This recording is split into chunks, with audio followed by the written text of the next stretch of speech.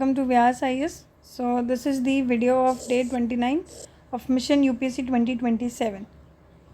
सो आज का हमारा जो पहला क्वेश्चन है वो है history is full of examples of persons who have come together to fight against inequality and for the issues of justice. Describe such person, name such person.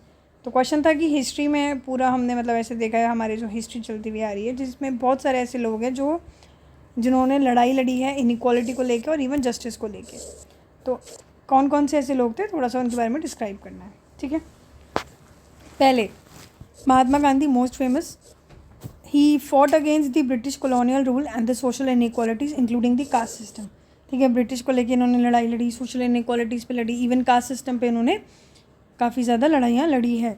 Even he led non violent movement जैसे कि salt march, quit India movement भी इन्होंने lead की है. हालांकि ये सब चीज़ें हम लोग हिस्ट्री में पढ़ेंगे, बट थोड़ा बहुत हमें पता होना चाहिए. Salt march, quit India movement सब महात्मा गांधी जी ने लीड किया था. His philosophy of ahimsa which is non violence inspired civil right movement worldwide. ठीक है, then we have doctor B.R. Ambedkar. हमें पता है कि ये दलित थे, जो इन्होंने दलित के लिए काफ़ी लड़ाइयाँ भी लड़ी हैं. So he champion the rights of Dalit, formerly untouchables and other marginalised communities in India. He also drafted the Indian constitution ensuring fundamental rights and social justice. He also fought against caste discrimination and promoted education and empowerment for the oppressed. ठीक है, caste discrimination के against Indian constitution इन्होंने बनाया है, उसमें help की. And even Dalits की right के लिए भी इन्होंने लड़ा. कौन? Doctor B.R. अम्बेडकर. तीसरे हैं हमारे पास राजा राम मोहन रॉय. इन्होंने सती सिस्टम जो हमारा था, ठीक है, चाइल्ड मैरिज पे, कास्ट डिस्क्रिमिनेशन पे भी लड़ाइयाँ लड़ी है. And he also advocated for women's right and work to abolish sati through legislative reforms. Also promoted education and freedom of press.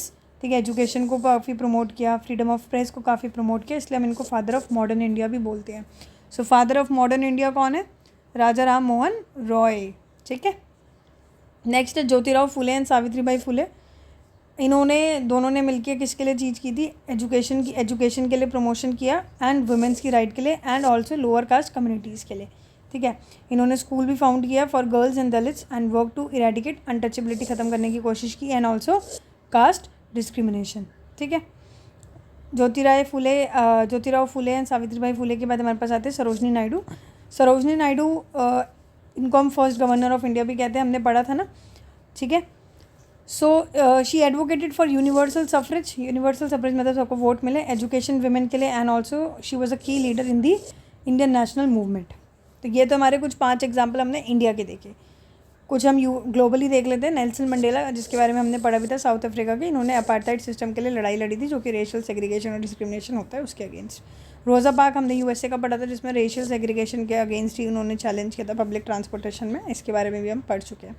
Mother Teresa, जो इंडिया और ग्लोबली दोनों के लिए है, she founded the missionaries of charity which provided care for the sick, homeless and destitute. So this was the question. The next question is, how can we say that the feeling of equality which ballot box provides, because the vote of one person is as good as that of another, does not extend to most people life? कि हम कैसे कह सकते हैं कि जो equality वाली feeling है जो हमें बैलेट बॉक्स ने दी है, कि भाई बैलेट बॉक्स कहने को तो ये है कि एक बंदा जो वोट दे रहा है वही वोट दूसरे के लिए है, सेम वोट है, बट वो रियल लाइफ में ऐसे इक्वालिटी है नहीं. ठीक है, वही बताना है. So the equality provided by the ballot box where each vote hold equal weight regardless of the voter's socio-economic status does not necessarily extend to most people life for several reasons. पहला reason है क्योंकि economic inequality है हमारे देश में.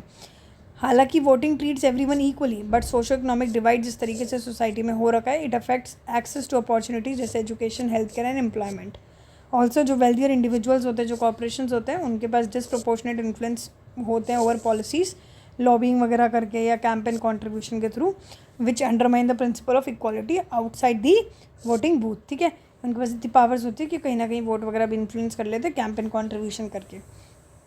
Social discrimination, marginalise group often face systematic discrimination. Marginalise group आपको पता है उनको डिस्क्रिमिनेशन फेस करना पड़ता है, चाहे रेस को लेके, कास्ट को लेके, जेंडर, रिलीजन, एथनिसिटी को लेके. सो ये इनइक्वालिटी हमारी डेली लाइफ में परसिस्ट होती है even if the votes are equal during elections. जैसे कि individuals from marginalise community might not have the same access to justice और रिसोर्सेज और मोर प्रिविलेज ग्रुप, राइट. तो इस तरीके की भी इनइक्वालिटी मार्जिनलाइज कम्युनिटी को फेस करनी पड़ती है. तीसरा हमारे पास आता है इनइक्वालिटी इन रिप्रेजेंटेशन. कि रिप्रेजेंट करते समय भी इनइक्वालिटी है, यानी कि जो पॉलिटिकल सिस्टम है ज़रूरी नहीं है हमेशा इक्वल वोट्स है, इक्विटेबल रिप्रेजेंटेशन हो। फॉर एग्जांपल रूरल और अर्बन बायसनेस होता है कॉन्स्टिट्यूएंसी डिस्ट्रीब्यूशन में dilute the effectiveness of some votes, कि जो डिस्ट्रीब्यूट किया जा रहा है रूरल अर्बन को उसमें भी हो सकता है बायसनेस हो, तो जिसकी वजह से वोट्स भी मैनिपुलेट हुए, जैसे कि गैरीमैंडरिंग मैंने आपको बताया था। ठीक है, इलेक्टेड रिप्रेजेंटेटिव्स में prioritise policies that benefit certain group over other, हो सकता है जो इलेक्टेड जो बंदा खड़ा है इलेक्शन में वो किसी टारगेट ग्रुप्स को, किसी सर्टेन कम्युनिटी के या किसी सर्टेन कास्ट के लोगों को टारगेट करे, उनके लिए पॉलिसीज बनाए which and leaving other people vulnerable populations under represented. इस तरीके की भी रिप्रेजेंटेशन नेता के अंदर हो सकती है।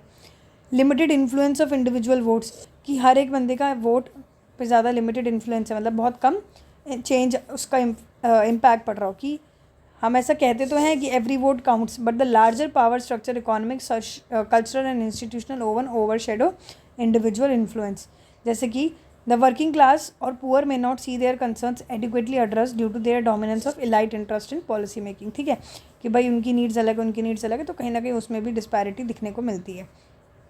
Elections and awareness gap, people from disadvantaged background may not have the same access to political education and awareness as those from privileged background, simple सी बात है, which limit their ability to leverage their equal voting right effectively।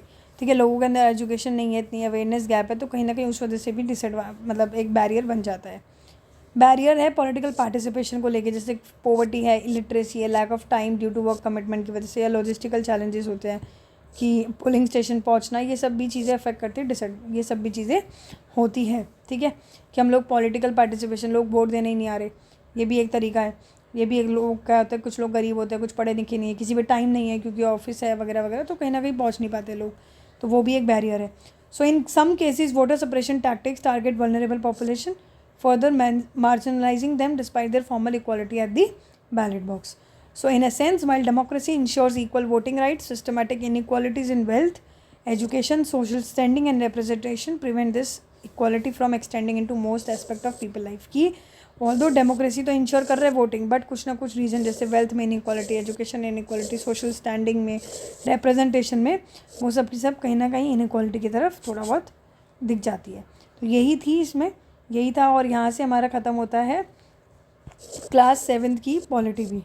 ठीक है, Monday से यानी कि 6 जनवरी 2025 से हम लोग स्टार्ट करेंगे क्लास 8 की पॉलिटी। आप लोग NCERT परचेज करके रखिएगा, नहीं है तो आप मेरे से PDF भी ले सकते हैं on the same WhatsApp number.